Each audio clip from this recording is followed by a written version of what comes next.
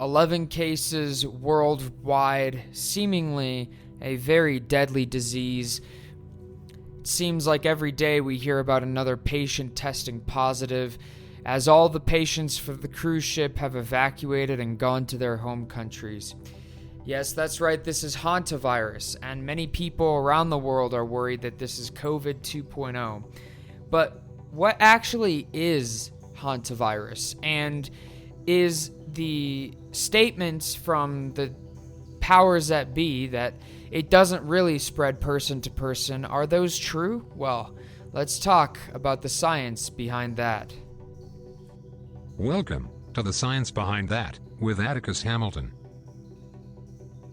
Hello all you scientists, welcome on back to The Science Behind That podcast.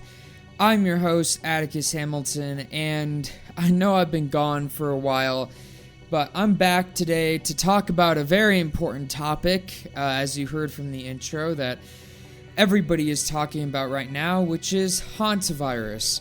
Today we're going to be talking about the truth of Hantavirus because unfortunately there's a lot of misinformation spreading about what it actually is, what it does, and its communicability. So that is what we're going to talk about today.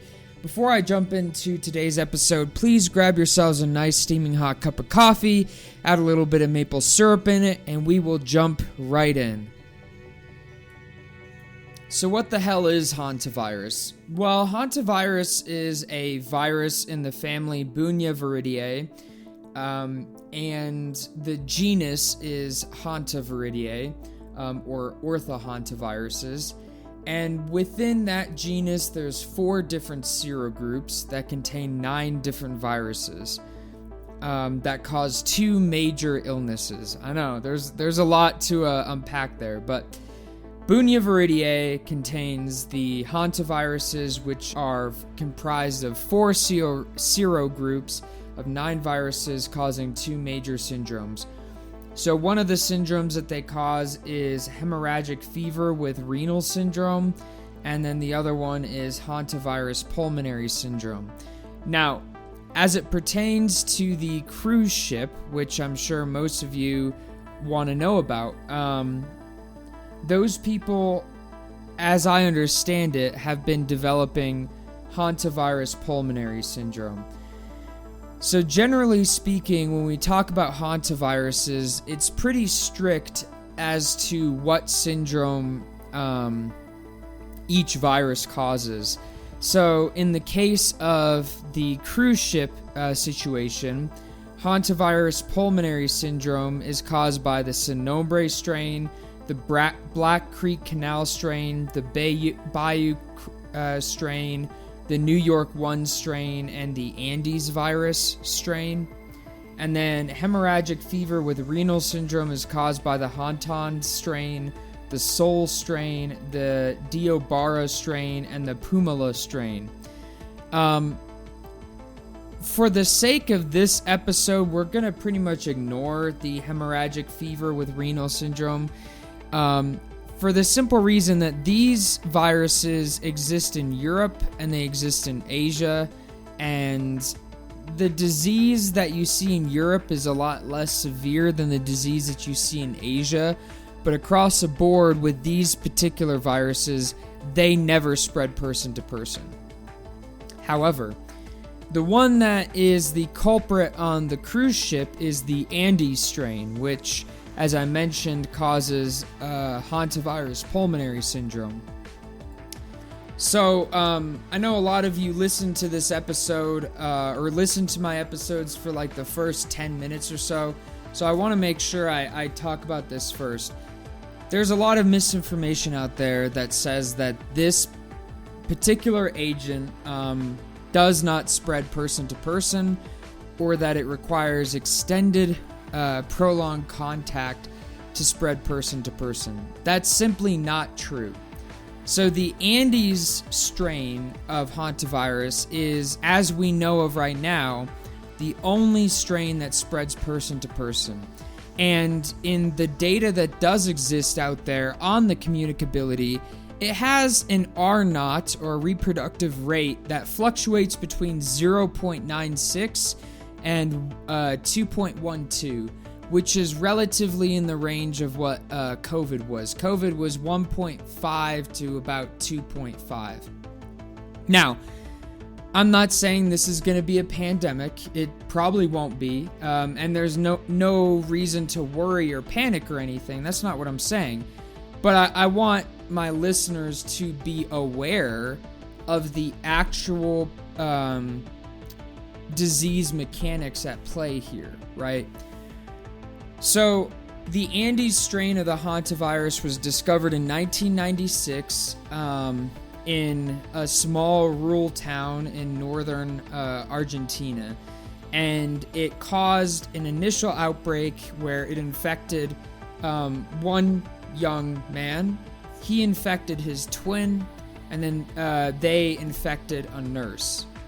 The two brothers died, the nurse survived, but they implemented pretty tight quarantine measures when that happened. Then it appeared again a little later in the early 2000s at a birthday party that lasted for about 90 minutes in another town in Argentina. And at that birthday party, one man who was infected infected several other people simply through talking to them and being at the same table that they were at. One of those people that got infected from the birthday party unfortunately died, and his wife got infected from him, and she ended up infecting 10 other people at that person's funeral. With that outbreak, extremely tight quarantine measures were put in place, and it stopped it in its tracks. But it was that outbreak that caused researchers to start to ask the question, well, this evidence is suggesting that this human-to-human transmission may occur, and that it may rarely occur, but what is the mechanism behind it, right? And from the studies that I saw, it seemed to suggest that the mechanism behind it, they theorize is either droplet transmission or some sort of aerosolization, but nothing can be said for sure because this virus has not been studied that much. Sorry, I had to take a drink there. So this virus has not been studied that much. So ultimately, the messaging that it doesn't spread quickly is not accurate. It's not something to freak out about, but it is something to know that this strain does spread person to person. And unfortunately, it does have a nasty habit of causing super spreader events. And in fact, where I'm pulling a lot of this data from is a study that was published in the New England Journal of Medicine in 2020, I believe, 2021, that talked about the history of the Andes virus and its proclivity towards super spreader events. So I will, if I can, I will add the link to that paper in the show notes below. So what does hantavirus pulmonary syndrome do? Well, generally it starts as non-specific flu-like symptoms, usually acute fever, muscle pain, headache, and then gastrointestinal symptoms. And then about 2 to 15 days after that, patients will rapidly develop pulmonary edema and hypotension. And several patients have had a combination of HRF and HPS. And remember, HRF is hemorrhagic fever with renal symptoms. And of course, mild cases of hantavirus pulmonary syndrome do occur. In general, across like the overarching group of hantavirus pulmonary syndromes, typically a mortality rate is between 50 and 75%. But again, it's very prone to fluctuation. So ultimately then, what does the hantavirus look like? Well, it's a single-stranded RNA virus that's encapsulated, enveloped. Now, what does that mean? Well, what that means is an envelope virus, basically it takes a piece of the cell membrane with it when it erupts from the cell.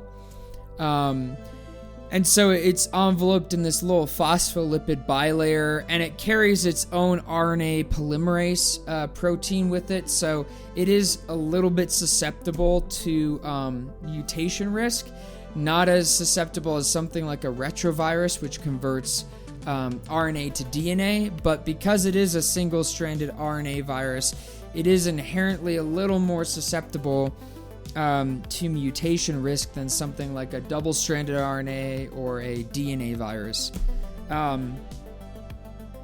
So ultimately, ladies and gentlemen, that is what hantavirus is. Now, it is important to note that in the United States, we do have our own hantaviruses.